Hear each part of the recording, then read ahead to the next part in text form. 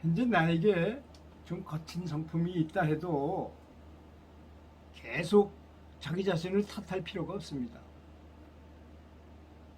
왜냐하면 그걸 그냥 바로 잡으면 되는 거니까요. 잘못된 것을 바로 잡으면 되지 않겠습니까? 이후에 어쨌든 간에 바로 잡지 않으면 사람한테 좋지 않잖아요.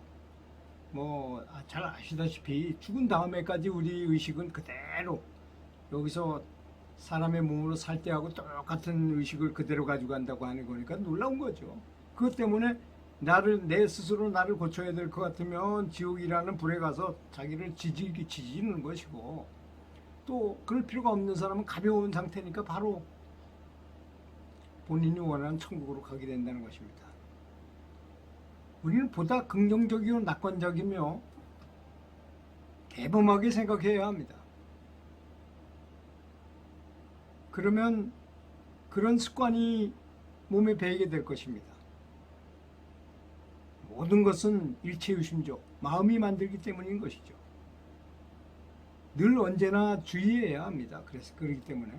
그렇지 않으면 하루 이틀 사흘 평생을 자기의 환상과 나쁜 습관 속에서 살기 쉬운 것입니다. 그러면 높은 의식 세계로 들어가지 못하고 영적인 삶의 깊은 뜻을 이해할 수 없게 되는 것이죠. 이 세상의 모든 나쁜 것은 우리가 배워야 할 공부거리라는 증거라는 것입니다. 세속적인 탐욕과 성냄, 집착이 존재하는 것은 내가 진정한 보물을 찾지 못했기 때문인 것일 뿐입니다. 내가 진정한 보물을 찾아서 그거 다 허망한 것이라고 알고 있다고 생각해 보십시오. 무슨 그것이 중요하게 느껴지겠습니까? 그 결과 우리는 무엇인가를 갈망하게 됩니다. 그리고 방황하게 되고 마치 뭔가를 잊어버린 것처럼 느끼고 언젠가는 그 무엇을 찾을 수 있기를 희망하게 되죠. 그래서 탐욕, 성냄, 집착이 곧 보리라고 하는 것입니다. 그래서 보리가 곧 번뇌라고 말하는 것입니다.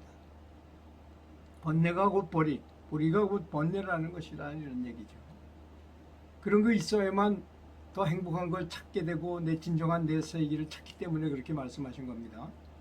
바람직하지 않은 습관이 있다면 그걸 바로 감지되는 대로 끊으려고 노력해야 합니다. 그리고 자신에게 좋다고 여겨지는 보다 이상적이고 숭고한 것, 뭐 사랑하는 마음 또는 자비심, 힘닿는 한과 신실함, 노력을 들여 그것을 이루고자 노력해야 한다는 것입니다. 내가 자신에 대해 화가 난다면 자신이 쌓아온 습관에 대해서만 화를 내야 됩니다. 내 마음속에 있는 신성은 그렇지 않으니까요. 또 주어진 상황을, 환경을 탓해야지. 최고의 지혜, 진정한 자아를 탓해서는 안 되는 것입니다. 진화는 결코 잘못을 저지르지 않으며 어떤 실수도 하지 않는 것이기 때문입니다. 분노와 증오의 속성을 알아야만, 그걸 제대로 알아야만 그 뿌리를 뿌리채로 다 뽑을 수 있게 되지 않겠습니까? 분노와 증오는 방어의 한 방식일 뿐이잖아요. 에고가 방어하기 위해서, 자기를 방어하기 위해서. 때로 우리는 사람들의 견해나 생활 방식, 행동에 위협을 느끼기도 합니다. 그들은 여러분의 에고와 자존심, 몸과 마음에 깊은 상처를 줄 수도 있습니다. 그래서 여러분이 화를 내고 분개하는 것입니다. 증오라는 말은 사실 너무 거친 표현이죠. 나는 그 말을 매일 쓰고 싶지 않습니다. 실제로 우리는 화를 내는 것이지 정말 증오하는 것은 아닙니다. 증오는 그보다 더 심한 뜻인 것입니다. 대개 신변의 위협을 느꼈을 때 우리는 다른 사람들에게 화를 내게 되죠. 그러니 여러분이 화를 낸다고 해서 자신을 너무 나무라지 마십시오. 다만 어디에서 화가 나는지 분석해보고 자신이 옳은지 그른지를 생각해보라는 것입니다. 때에 따라서 자신을 방어하기 위해 밖으로 화를 좀 낼 권리도 있습니다. 사람에게는. 중요한 것은 화내지 않는 것이 아니라 언제 화를 좀 내고 또 화를 내지 말아야 하는지를 아는 것이 중요한 것입니다. 화를 다스려서 자신에게 이롭게 사용하라는 것이지 어떤 일에도 무조건 화를 내지 말라는 그런 말은 아니라는 것입니다.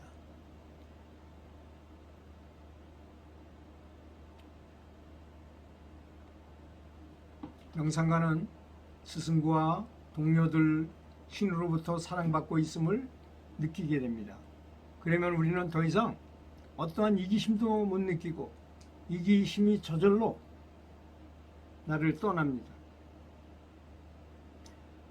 신의 힘과 접촉하면 신의 사랑을 느끼고 내면의 충만함과 만족감을 느낍니다. 또 스승의 사랑도 느낍니다. 또 우리는 도반들과 일체감을 느끼고 매우 안전하게 느껴져서 더 이상 이기적일 필요가 없게 되는 것입니다. 이기심이 자연스럽게 자동적으로 나를 떠나게 됩니다. 물론 단 하루 만에 그렇게 되지는 않겠지만 짧은 시간 안에 그렇게 될 것입니다. 이기심은 사실 따지고 보면 사랑의 한 형태입니다. 자신을 사랑하는 것이죠. 적어도 자신만은 사랑하는 것입니다.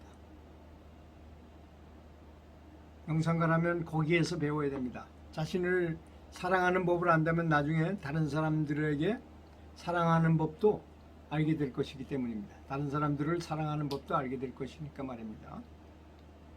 내가 자신을 돌보는 법을 모르고 자신을 편안하게 하는 법을 배우지 못하면 어떻게 남을 사랑하고 돌보는 방법을 알겠습니까?